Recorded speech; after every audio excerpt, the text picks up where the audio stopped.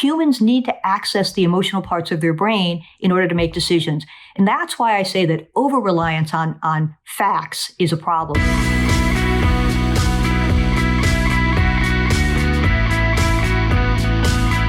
Welcome to Velocitize Talks. I'm Andy North, and today my guest is Nancy Harhut, co-founder and chief creative officer at HBT Marketing.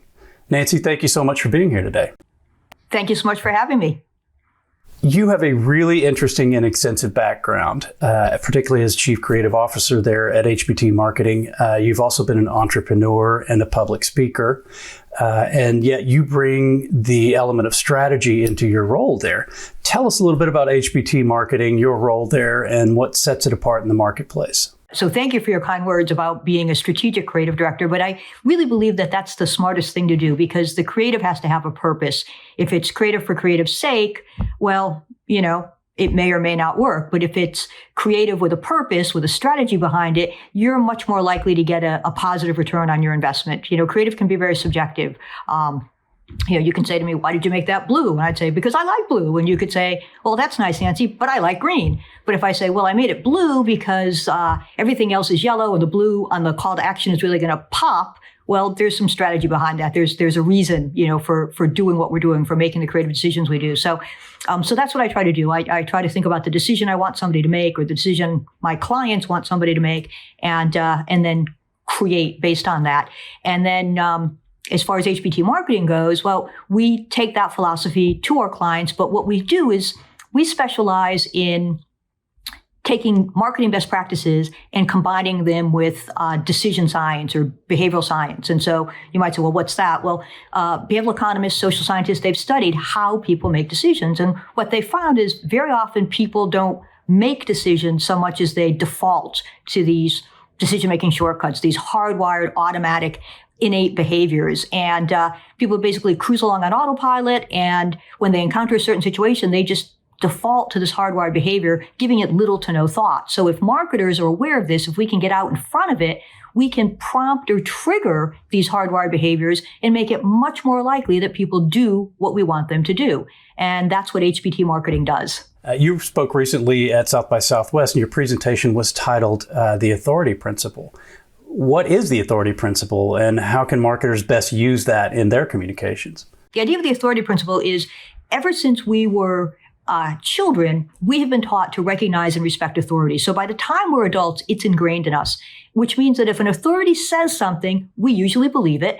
And if an authority tells us to do something, we often do it. So for marketers, we can really take advantage of that because when we think about it, marketers put their messages out there, or we put our communications out there, but very often our audiences are skeptical. They're like, well, of course the marketer says the product is good. Of course the marketer says the price is worth it. They're the marketer. They're going to say that. But when we can point to an outside expert, a third party subject matter expert or an authority, suddenly people have a tendency to believe that person. So anytime that we can say, we're endorsed by the American Dental Association, or we're a member of the Better Business Bureau, or, some leader in our particular vertical uses our product or service, or has, given us a positive endorsement or a positive review, those are all things that add to our credibility, add to our authority. So by invoking outside authorities, it can actually make our claims that much more credible. One of the pieces of advice that you've given marketers, and you've given many, but one of them is that over-relying on facts can be a mistake,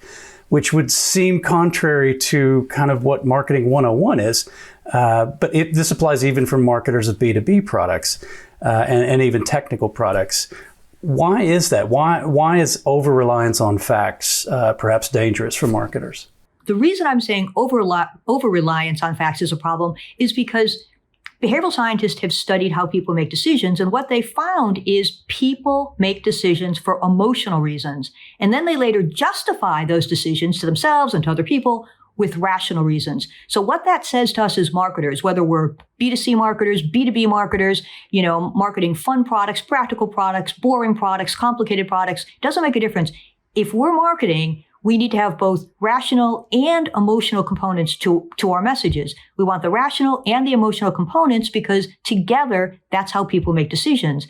And the truth is, it's the emotional that sparks the decision, and then the later rational is what is used to justify it. There was a researcher named Antonio Damasio, and he literally studied people whose brains had been injured in the area that controls emotion. And what he found was they were virtually incapable of making a decision. Even a decision as simple as, what would you like for lunch today? They would go around and around and around. They couldn't land on what they wanted for lunch that day. Humans need to access the emotional parts of their brain in order to make decisions. And that's why I say that over-reliance on facts is a problem, because sometimes in marketing, we just think if we can get the right messages, to the right people at the right time, we're going to get the right response. And the truth is, that's only part of the story. We have to serve them up in the right way. That's fascinating. And you've also spoken about the use of being reactive, that consumers are more reactional than rational at times. And I can certainly understand that in some cases. Why do you think that is? And are there any examples that you can share of reactional versus rational? Because that's how we're hardwired. So if you think about our ancient ancestors, they're out walking, they come upon a saber-toothed tiger. The ones that stood around and went, the fur looks soft, but the teeth look sharp. I wonder, boom, they were lunch, right? They were gone. But the ones who saw the saber-toothed tiger, turned around and bolted, they're the ones who survived to see another day. They're the ones who passed down their genes, and those are the genes that we today have. So we're hardwired in certain instances to just react and to think later. Act now, think later. We're hardwired to just react. Part of it is because we're conserving mental energy, and part of it is because our genes are such that we're programmed to respond in certain ways. So a couple of good examples. You would think if someone's going to make a purchasing decision, they're going to buy something based on their preferences, maybe the research they've done, maybe their past experiences. But it turns out that if you give people two options, they're much more likely to make a purchasing decision in the moment than if you only put one of those options in front of them, right? It's very interesting, but it goes to something called autonomy bias. And it's this basic innate human need to exert some kind of control over ourselves and our environment. And having choice is a way to exert control. When we have a choice, we feel like we have some kind of autonomy. So providing choices can actually make somebody nearly 4 times as likely to make a buying decision in the moment than not having a choice. If you put one thing in front of somebody, they may be interested in it, but they're like, I don't know, I have no context, nothing to compare it to. I'll think about it. I'll sleep on it. Maybe I'll come back to it later. And very often they don't. If you put 2 things in front of them, the decision no longer is, do I or do I not want this? The decision becomes, which of these 2 do I want? And as a result, people are almost 4 times as likely to make that buying decision in the moment. That's outstanding and fascinating, the application of behavioral science and psychology to all of this. And you've been known, actually, speaking of psychology, to write rhyming calls to action for your clients. How does that work? What's the science behind that, and how's it going? Sure. So it's not me being cute and clever, and it's not me being lazy, but there's literally something called rhyme is reason bias. And what behavioral scientists have found is if you have 2 sentences that basically convey the same information, say, woes unite foes and woes unite enemies. Both of those convey the same information. The first one rhymes, the second one doesn't. Behavioral scientists have found that people will judge the rhyming phrase to be the more truthful, more accurate phrase. And the reason for this is rhyming phrases are easier for the human brain to process. And if it's easier for the brain to process something, it feels right. And if something feels right, it's not a big leap to assume that it is right. So as a result, I will sometimes write rhyming phrases. Now, we're marketers. We're not poets. We're not going to make all of our copy rhyme or write it all in iambic pentameter. But the occasional rhyming phrase, whether it's a subject line or maybe a call to action, don't delay, sign up today.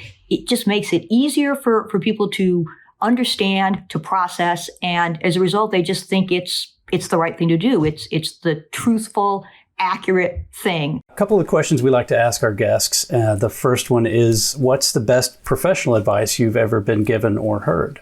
So personal career advice was be nice to the people on your way up because you're going to meet them on the way down. They'll be the same people. And I've always thought that was good advice and tried to take it to heart.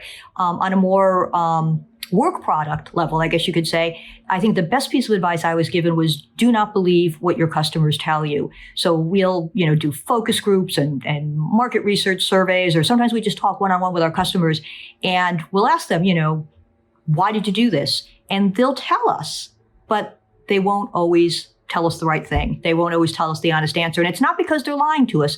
It's because very often there are other factors at play. People really don't know why they do what they do. They're not going to say, I had two choices. That's why I made the buying decision in the moment. People don't know why they make certain decisions, but they'll try to construct a reason. They'll come up with something, right? They won't say, I made it for an emotional reason, but here's the rational reason. They'll give you the rational reason, but it may not be what really prompted them to make the decision that they did. And lastly, is there a book, a blog, or a podcast that you'd like to share with our viewers? Sure. That's actually a very timely question. And the reason for that is I literally just had this arrive in the mail today. This is Robert Cialdini's new edition of Influence, The Science of Persuasion. Literally arrived in the mail today. Cannot wait to crack it open. I read his earlier one, which I love, but I want to read the new and updated one. And the timing is perfect because today I sent the final edits of my first book to my publisher. So I have a book coming out. It comes out in August. Kogan Page is publishing it. It's called Using Behavioral Science in Marketing. And so that'll be my new favorite book come August. But for now, I have time to read someone else's because mine is with the publisher. My guest today has been Nancy Harhut, co-founder and chief creative officer of HBT Marketing. Nancy, thank you so much for being here. Thank you so much, Andy. I really enjoyed it.